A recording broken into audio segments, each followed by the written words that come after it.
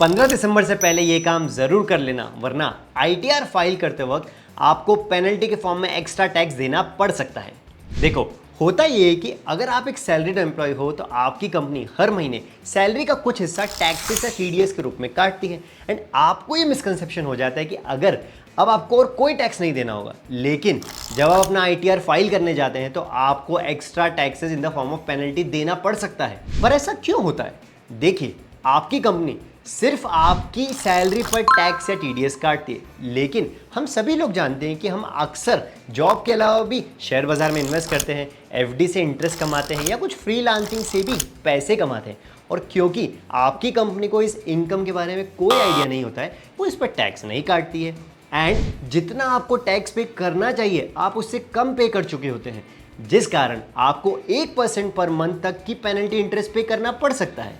अगर आप इस बारे में और जानकारी जानना चाहते हैं तो आई बटन पर क्लिक करके हमारा एक वीडियो देख लीजिए, जिसमें मैंने ये सारी डिटेल्स अच्छे से एक्सप्लेन करी है।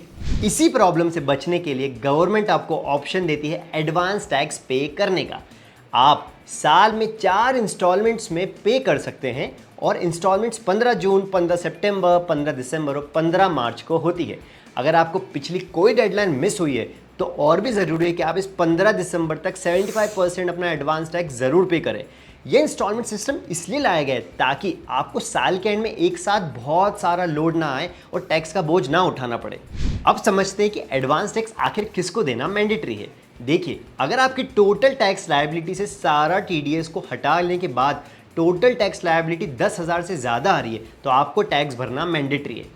एक एग्जाम्पल से समझते हैं। मान लीजिए आपने एक फाइनेंशियल ईयर में टोटल टैक्स लायबिलिटी आपकी आती है 2 लाख एंड आपकी कंपनी ने 1 लाख का टीडीएस काटने वाली है, तो करीबन 1 लाख का आपको एडवांस टैक्स पे करना होगा। अब सवाल तो ये आता है कि कितना एडवांस टैक्स भरें और कहाँ पर पे करना है।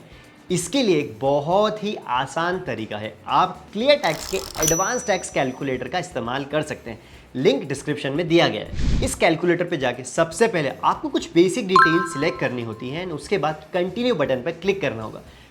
फिर आप अपनी सैलरी या stocks, mutual funds, interest, rent जैसे सोर्सेस से जो भी कमाई हुई है उसकी डिटेल्स यहाँ पर इनपुट कर दीजिए।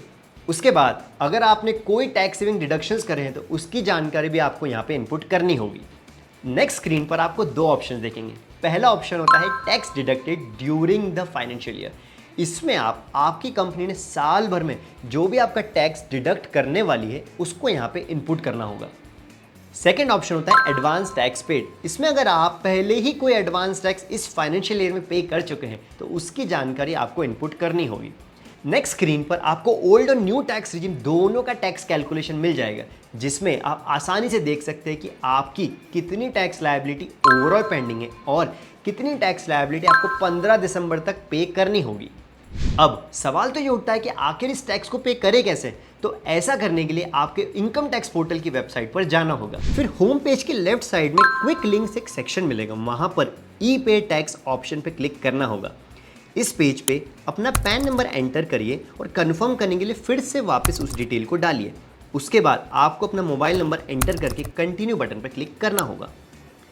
नेक्स्ट, अब अपने मोबाइल नंबर पर जो 6 डिजिट OTP आया है उससे एंटर करें और कंटिन्यू बटन पर क्लिक करें। फिर इनकम टैक्स वाले बॉक्स को सिलेक्ट करें और प्रोसीड बटन पर क्लिक करें। नेक्स्ट स्क्रीन पे असेसमेंट ईयर के लिए 2026-27 सिलेक्ट करें और टाइप ऑफ पेमेंट के लिए एडवांस टैक्स 100 सिलेक्ट करें and then click on continue. इस स्क्रीन पर आपको अपनी सारी टैक्स की डिटेल्स को एंटर करना है। फिर पेमेंट मेथड को सिलेक्ट करें, अपना बैंक को चूज करें और click on continue. Next screen पे अपनी चालान डिटेल्स को प्रीव्यू करें और पे नाउ पर क्लिक करें।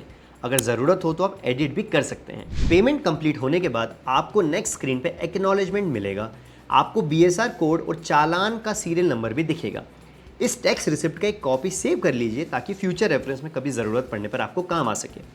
आपको BSR कोड और चालान नंबर अपने टैक्स रिटर्न में एंटर करना होगा।